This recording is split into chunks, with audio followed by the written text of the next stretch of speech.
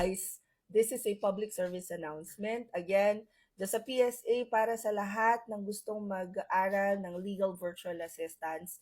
Ben just onboarded a new client, hence busy na naman si Bess. And so because of that, isa na lang yung class namin na mag-open for legal VA and then magre-rest ulit siya. So our next class is on March 2nd and 3rd. 2 days yung class nito, 4 hours each class from 12 noon hanggang 4 p.m. Again, this is on March 2 and 3. 499 pesos lang to. And hindi ito guys yung marketing kineso na magko-close or ganyan. Hindi yung sense of urgency yung gusto namin i-trigger.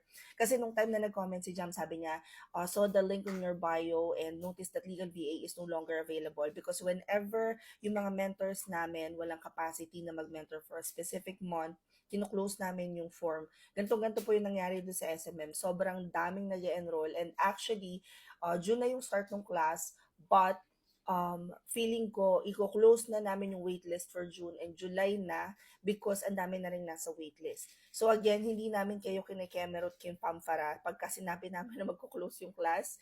Legal Virtual Assistance is where you will learn the basics of how to service attorneys and anyone in the legal industry as a virtual assistant.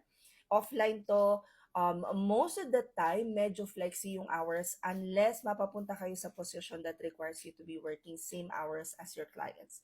Anyway, if you guys wanna join, punta lang kayo sa profile ko pagkatapos i-click nyo to.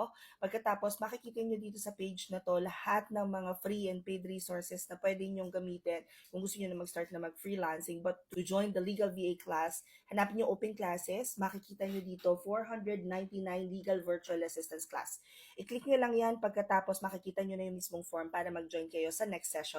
You'll also be able to join the application book session kung saan tuturuan namin kayo kung paano yung mga basics, paano magsimula mag-apply and all. We will also teach you kung ano yung mga kailangan yung ihanda to start your freelancing career, and you would also have the opportunity to do a mock interview which is your one-on-one with me. At kasama na rin doon pag nakompleto nyo ng lahat ng certification. Hope this helps. Comment any questions you guys have about working from home. Follow for more work from home chismis. Bye!